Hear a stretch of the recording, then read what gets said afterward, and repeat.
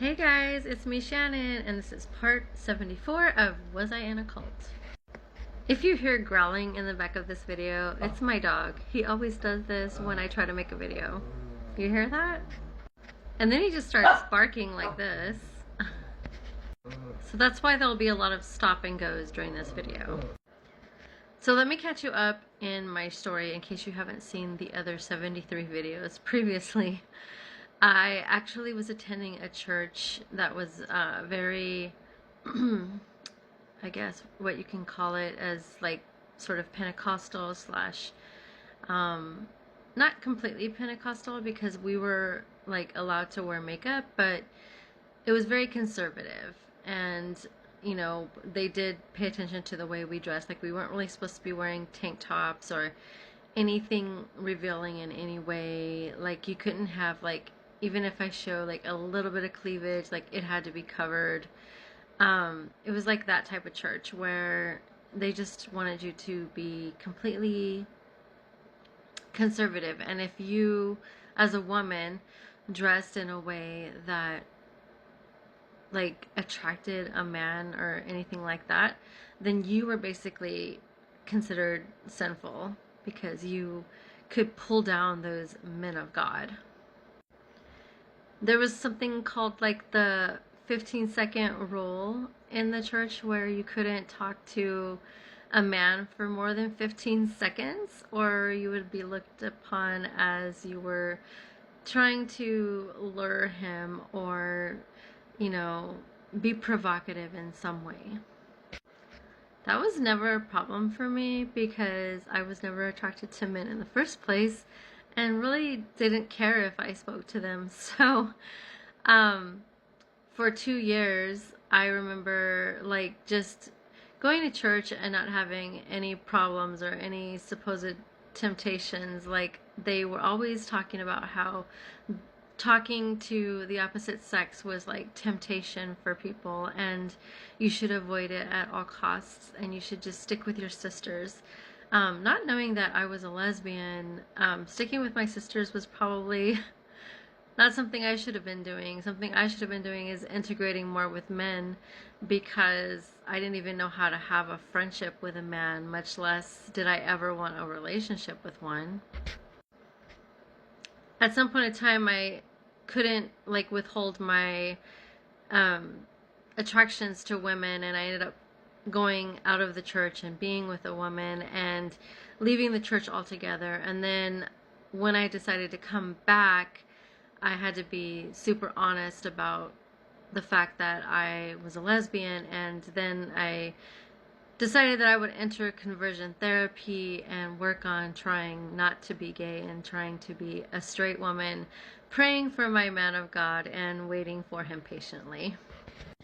Because in that church, it would never ever be acceptable to be married to a woman or have a relationship with a woman. But when I returned to that church in 1998, I faced a lot of discrimination, I would say, because nobody trusted me anymore. They always thought that there was some ulterior motive or something, that if I was talking to any woman for any amount of time, that I was actually, you know, attracted to them. And so think about how lonely you would feel as an individual when you're not allowed to talk to men, and then now I'm not allowed to talk to women. So I'm supposed to just sit in the corner and basically be by myself. I was only allowed to talk to women in groups. I wasn't allowed to talk to women like one-on-one, if that makes sense.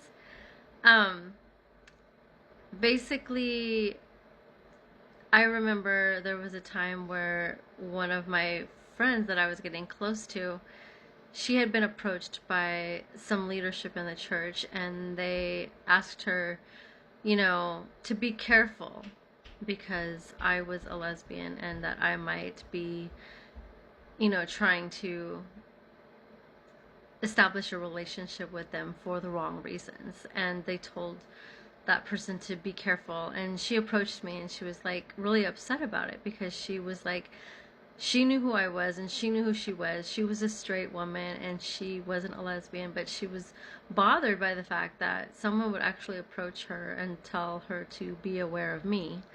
And of course, that didn't make me feel very good either. I remember I always had like a close relationship with the women's homes, and they used to have these events where everyone would go, and all the women's homes like within one region would get together and they would do an event, like they would go to the beach or something like that. And there was this one event that they were having, and a bunch of us were going to go to the beach. And I was not in a women's home at the time, but I was like, I had been back for an amount of time, and I was doing fairly well as far as, serving the Lord and being obedient to my leadership in church. And I went to go in like support of the women's homes and stuff like that. And I remember at the time I was actually pretty close to some of the home directors, and one of them had asked me to speak at her women's home, and so I was like super excited about it. And it was like my first opportunity that I had since I returned to the church, and I was really happy about it. And so of course I said yes, and I went to the event and I spoke to her women's home.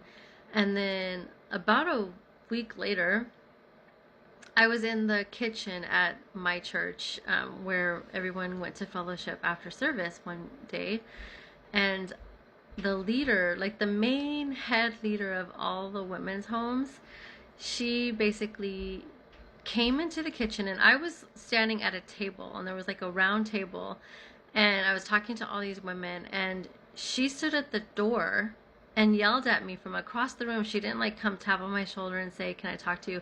No, she yelled across the room in front of the entire kitchen to where everyone stopped to look to see what she was saying. And she was like, "Shannon, come here. I need to talk to you." And she said it like really stern, like I'm not even probably doing it right. Like she did it in such a mean way that it was like everyone was like, "Ooh, like what did you do? Like you're in trouble."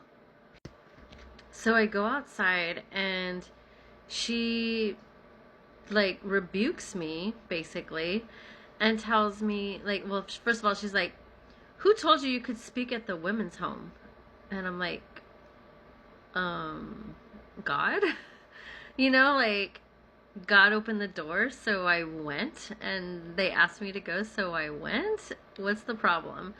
And she's like, "You need to be accountable, and you can't just go around speaking in different places without permission, and you need to get permission next time, and you need to ask your pastor's wife, and blah, blah, blah, blah." And I'm just like, okay, next time I'll ask my pastor's wife. She's like, waiting for a reaction, right? And I'm just like not giving her one, not one that she expects. So she looks at that, she's like, "Okay, fine." She's just all mad and walks away, and I was like, okay, whatever. Well, like about a month later or something like that, someone else asked me to speak at their women's home, and then I went to my pastor's wife and I asked her, and she was so excited that I was, going to be able to have this opportunity. And she was like, "Yeah, of course. Like, like, why? You don't need to ask me. Like, of course you can do that." And I'm just like, well, I was told by someone that I have to ask you permission for every little thing I do. And so, anyways, I ended up going and speaking at another home. And then I guess there was another opportunity that came along. And that opportunity was squashed by that leader, because that leader that came and rebuked me, she was like, I don't know if she was jealous or upset. I don't know what her deal was with me, but she put a stop to me being able to speak at different women's homes. At one point in time, I was asked to speak at one in somewhere in LA. I got ready, I prepared, like I had my Bible study ready, and I went out to LA, and I go to knock on the door, and nobody answers the door. And I'm like, what's happening? Like, I'm scheduled to speak today. And then so I go down the street. At the time there was no cell phones, or like I didn't have a cell phone. And